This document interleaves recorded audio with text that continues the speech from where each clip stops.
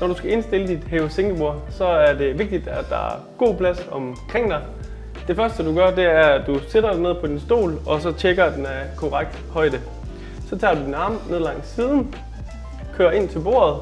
Herefter så prøver du at bukke dine arme op i 90 grader, og så kører du ind til bordet, og så skal albuerne helst hvile på bordpladen, når du sidder her.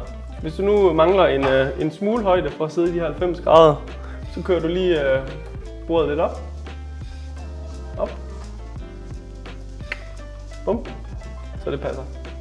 Så får du en smule mere støtte længere op.